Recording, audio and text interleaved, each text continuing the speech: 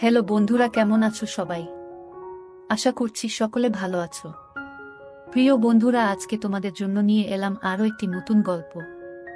আশা করছি তোমাদের দাঁড়িয়ে যাবে, তাই ভিডিওটা শুরু থেকে শেষ পর্যন্ত দেখো।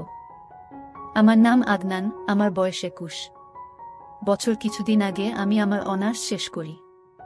আমার পরিবারে আমার মা ওড়িশা খান, আমার বাবা আফজাল খান, বাবার মা এবং মায়ের মা আমাদের সাথেই থাকতেন। আমার বাবা মায়ের বয়সের মধ্যে অনেক ব্যবধান। আমার বাবার বয়স 63 বছর, আমার মায়ের বয়স মাত্র 39 বছর। কিন্তু আমার মাকে দেখলে বলা যাবে না যে আমার মায়ের 21 বছর এর একটা ছেলে আছে আর 3 বছরের একটা মেয়ে আছে, যার নাম রিনা। আমার মা দেখতে অনেক সুন্দর, গায়ের রং শ্যামলা, মায়ের মুখটা অনেক বেশি মায়াবী, পালতোলা নৌকার মতো মায়ের চোখ। মায়ের চেহারা যে কোনো পুরুষের মাথা খারাপ করে দিতে পারবে। আমার মা অনেক বেশি শিক্ষিত আর মডার্ন। আমার মা এখনো ওয়েস্টার্ন পরে, যাতে করে মাকে অনেক বেশি ইয়াং লাগে। আমি কোনোদিন আমার মাকে নিয়ে খারাপ চিন্তা করিনি, বরং আমি আমার মাকে অনেক বেশি ভয় পাইতাম। একদিন রবিবার আমরা সবাই বাসায় যার যার মতো। হঠাৎ করে মায়ের কাছে একটা ফোন আসলো আর মা হাও মাও করে কাঁদতে লাগলো। পরে জানতে পারলাম যে আমার বাবা একটা রোড দুর্ঘটনায় মারা গেছে। বাবার মৃত্যুতে আমরা সবাই ভেঙে পড়লাম। বাবা মারা যাওয়ার 6 মাস পরে আমরা সবাই স্বাভাবিক হতে শুরু করলাম। কিন্তু সমস্যাটা হলো যে আমার বাবা মরার আগে সব সম্পত্তি আমার নামে করে দিয়ে গেছে। এরপর থেকেই নানির সমস্যা যে আমি যদি অন্য কেউরে বিয়ে করি তাহলে আমার মা ও আমার বোনের অনেক খারাপ হয়ে যাবে। তাই নানি দাদির সাথে মিলে একটা বুদ্ধি করল। তারা একদিন আমাকে আর আম্মুকে ডেকে বলল, দেখো, আমরা একদতা সিদ্ধান্ত নিয়েছি, যা তোমাদের মেনে নিতে হবে। আমি আর আম্মু চুপচাপ শুনতেছি। হঠাৎ করে নানি বলে উঠল যে আমরা চাই ওড়িশা তুই আবার বিয়ে কর, কারণ তুই অনেক বেশি ইয়াং, তোর জীবন পড়ে আছে, তোর মেয়ে এখনো অনেক ছোট, ওর বাবার দরকার আছে। মা চুপচাপ শুনছে। তারপর আবারও নানি বলে উঠল যে দেখ ওড়িশা, আমরা অনেক ভেবে এই সিদ্ধান্ত নিয়েছি যে আদনানও এখন বড় হয়েছে, কিছুদিন পর ওকেও বিয়ে দিতে হবে, তাই আমরা চাই তুই আর অন্য কাউকে বিয়ে না করে আদনানকে করো। মা, কি তোমাদের মাথা ঠিক আছে? আদনান আমার ছেলে, ওকে আমি জন্ম দিয়েছি, ওর সাথে আমার বিয়ে কিভাবে হওয়া পসিবল? এইটা অনৈতিক আর পাপ। নানি, আমরা জানি যে এখানে কিছু সমাজের নিয়ম আছে, কিন্তু নিয়ম একটা সময় যে চেঞ্জ করতে হয়। মা, তাই বলে নিজের ছেলেকে বিয়ে? তোমরা এটা ভাবতে পারো কিভাবে? আমি কোনোদিন এই পাপ করব না।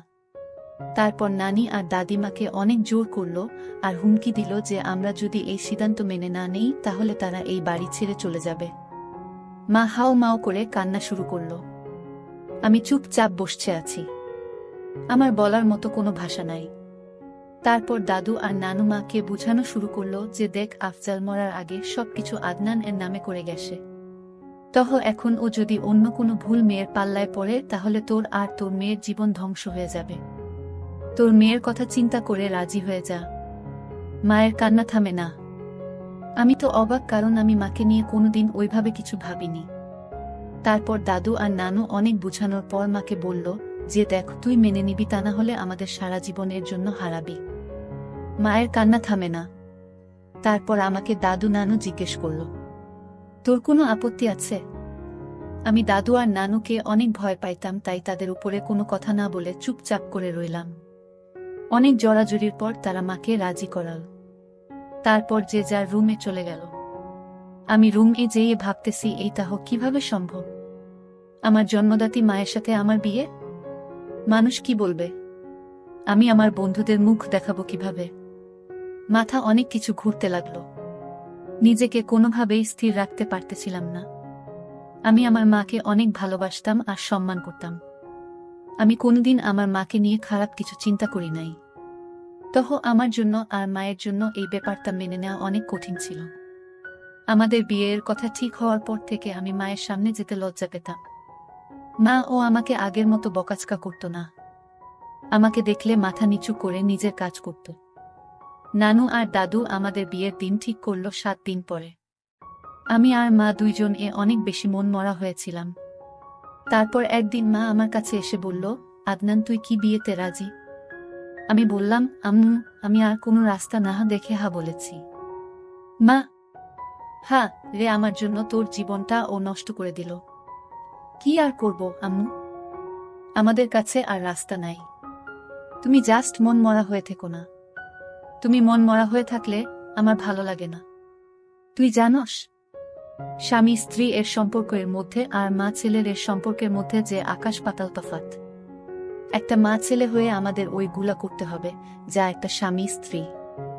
আমি তোকে আর আগের মতো শাসন করতে পারবো না, কারণ তুই হয়ে যাবি আমার স্বামী। তখন আমার ছেলে থাকবি না।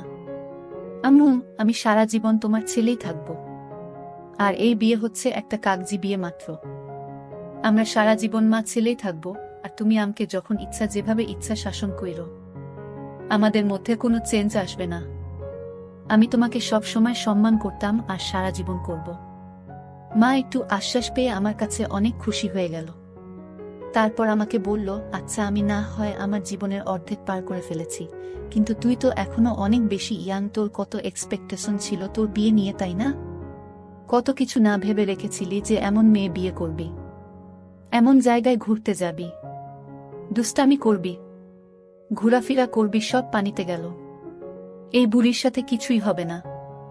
আরে আম্মু, এক তো তুমি বুড়ি না, তুমি অনেক বেশি ইয়াং আর এখনো অনেক বেশি সুন্দর। আর হ্যাঁ, অনেক আশা ছিল, কিন্তু সমস্যা নাই, তুমি তো হো আমার মা, পর তো কেউ না। আমরা অনেক ভালো বন্ধুর মতো হয়ে সব আশা পূরণ করব। মা আমার কথা শুনে একটু খুশি হয়ে গেল। তারপর বলল, আচ্ছা ঠিক আছে, আমরা আজকে থেকে অনেক ভালো বন্ধু। আমরা একে অপরের সাথে সব শেয়ার করব। আচ্ছা আম্মু। মা আমার মাথায় একটু হাত বুলিয়ে নিজের রুমে চলে গেল। পরের দিন থেকে মাকে আর মন খারাপ মনে হলো না। আমি আর মা সেই দিন অনেক বিষয় নিয়ে কথা বললাম। আমি মাকে এইটাও বললাম আমার জীবনেও কোনো গার্লফ্রেন্ড ছিল না। মা তো শুনে অবাক হয়ে গেল।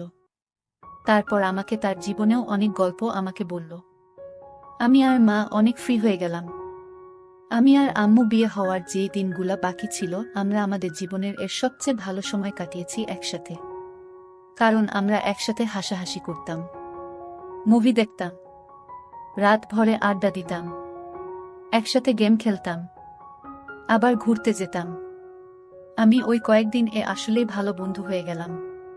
যাই হোক, আমাদের বিয়ের একদিন আগে দাদু আর নানু আমাকে আর মাকে নিয়ে গেল শপিং এর জন্য। আমরা গেলাম। আমরা খুব হাসি হাসি করছিলাম। তা দেখে নানু আর দাদু অনেক খুশি হলো।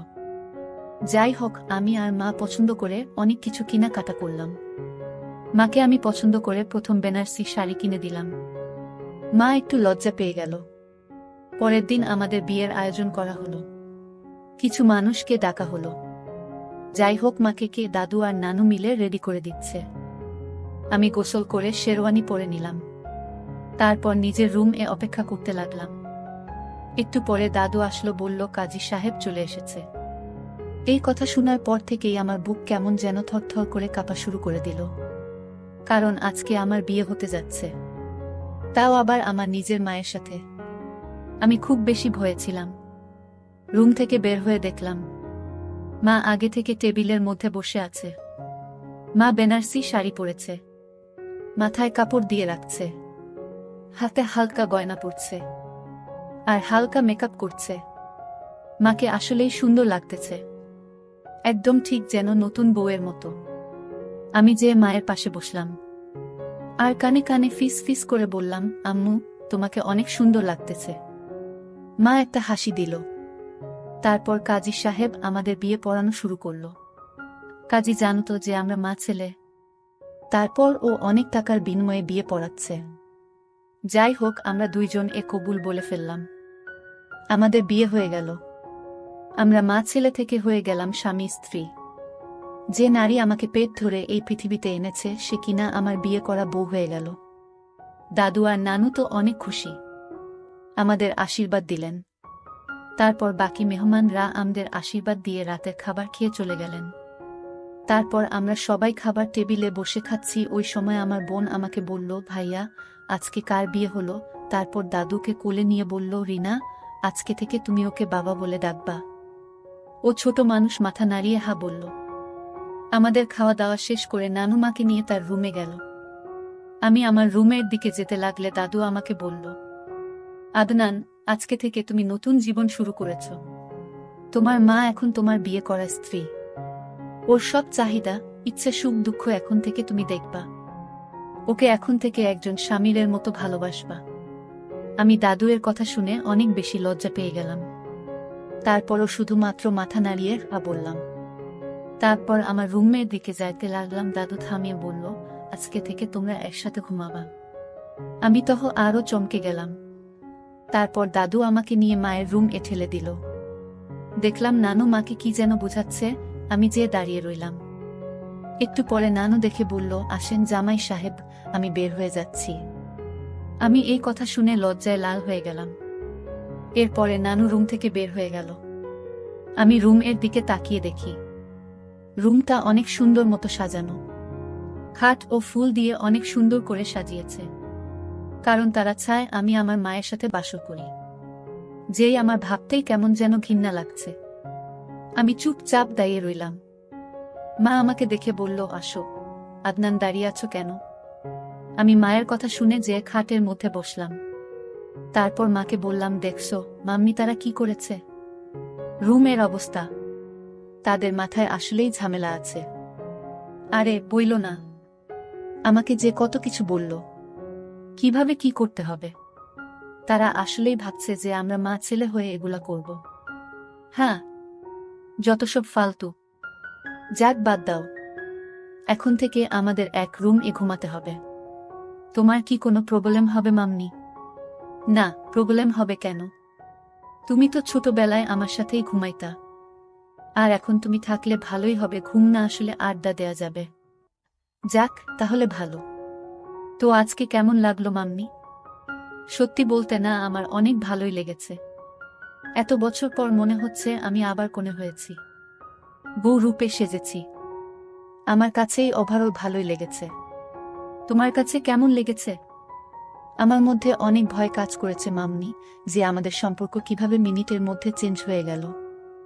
আরে কই, আমরা তো আগে থেকেই ডিসিশন নিছিলাম যে আমরা অনেক ভালো বন্ধু হয়ে থাকব। এইসব আজাইরা জিনিসগুলা নিয়ে মন খারাপ করব না। হ্যাঁ, ঠিক বলেছ মাম্মি। যাক, আমি অনেক বেশি ক্লান্ত, আমি না হয় ঘুমিয়ে পড়ি। মা বলল, হ্যাঁ আমি অনেক বেশি ক্লান্ত, আমি ফ্রেশ হয়ে আসি, তারপর আমিও ঘুমিয়ে পড়ব। তুমি শুয়ে পড়ো। আমি আচ্ছা বলে খাটের একপাশে শুয়ে পড়লাম। একটু পরে মা এসে লাইট অফ করে দিল।